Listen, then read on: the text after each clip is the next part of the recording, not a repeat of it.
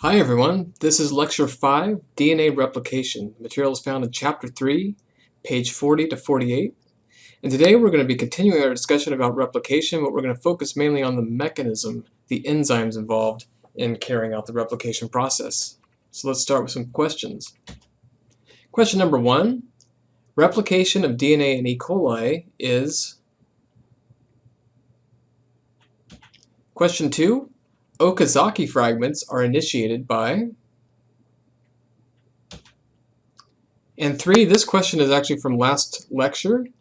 In a hypothetical Mezzelson stall experiment, what DNA density or densities would you expect to get after 2 rounds of replication if DNA replication were conservative? You should recognize this problem from the ones we did in class the other day.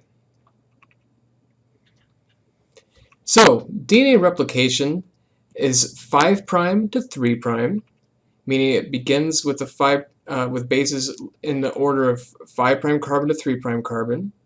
And as we saw last time, the DNA polymerase enzyme adds new bases to that 3' hydroxyl to make the phosphodiester bond. Now, this process requires a 3' hydroxyl to begin.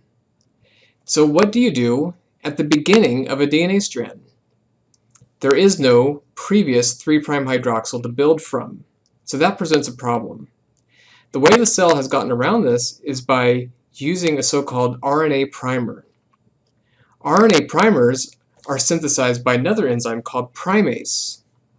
It's an enzyme that synthesizes a strand of RNA, shown here in this kind of salmon color.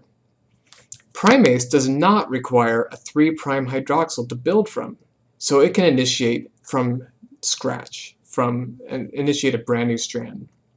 Once the primer is laid down, which is about 10 bases, then DNA polymerase takes over, starting the new DNA strand from that 3' hydroxyl. So, DNA polymerase requires a pre-existing nucleotide with a 3' OH or hydroxyl group, and that's provided by the primer.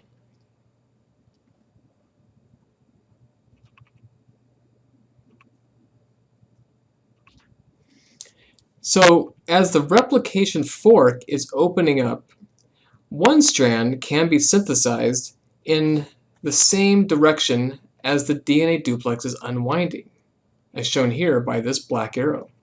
Notice that this strand on the bottom is moving in the same direction as that opening of the DNA duplex.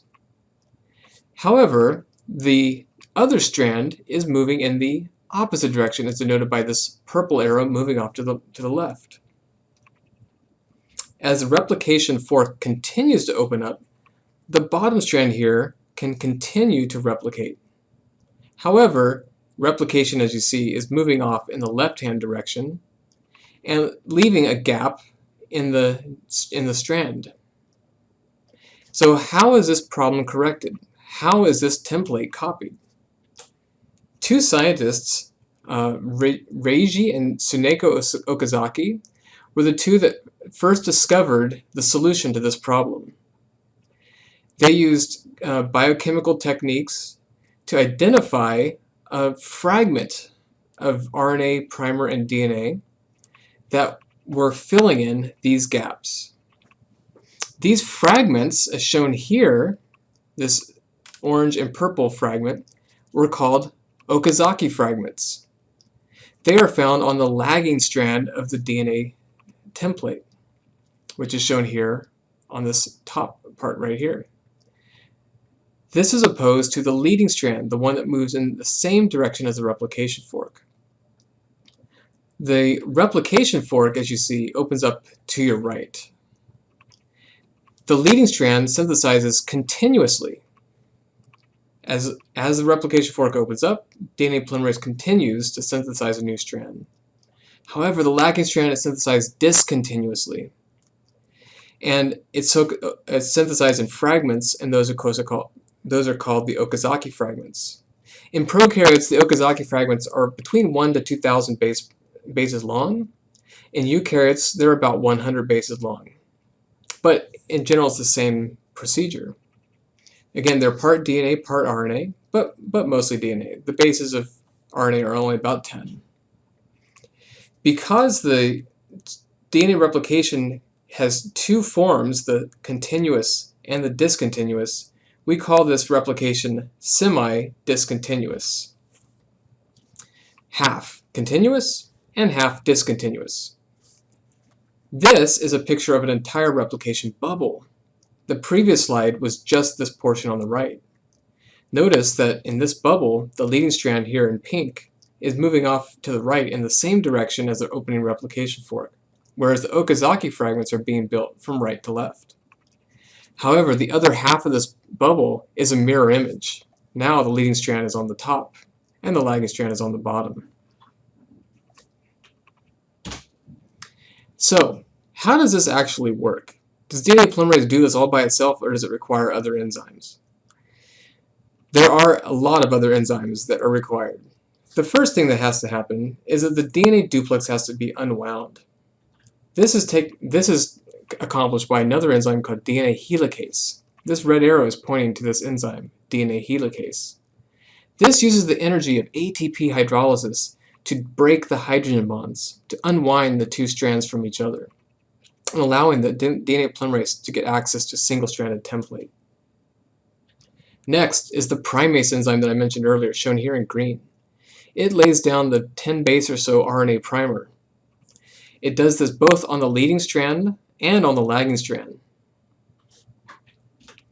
Next, DNA polymerase, shown here as DNA polymerase 3, comes in and synthesizes the new strand, shown in pink. This happens again on the leading and the lagging strand. Again, the lagging strand happens in fragments, the Okazaki fragments.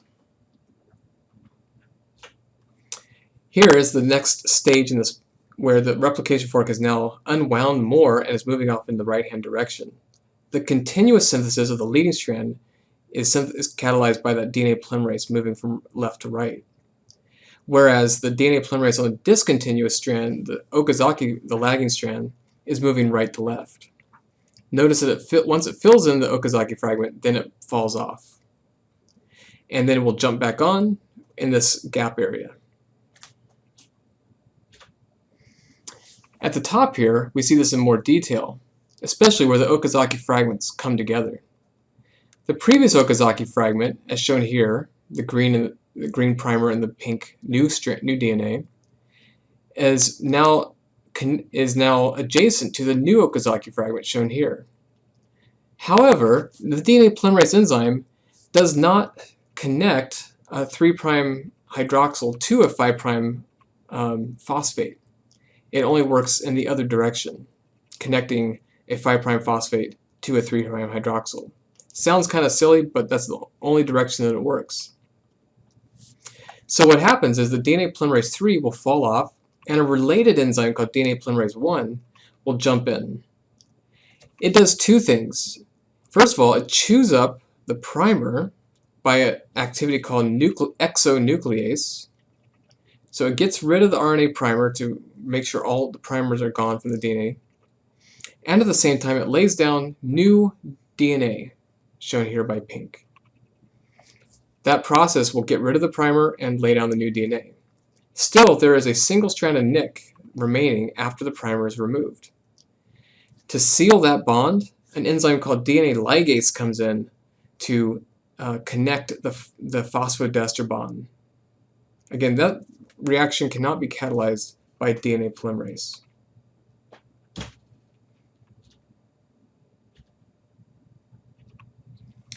Finally, the Okazaki fragments are strung together as shown in the previous slide, and the DNA ligase will seal them to form a complete new template.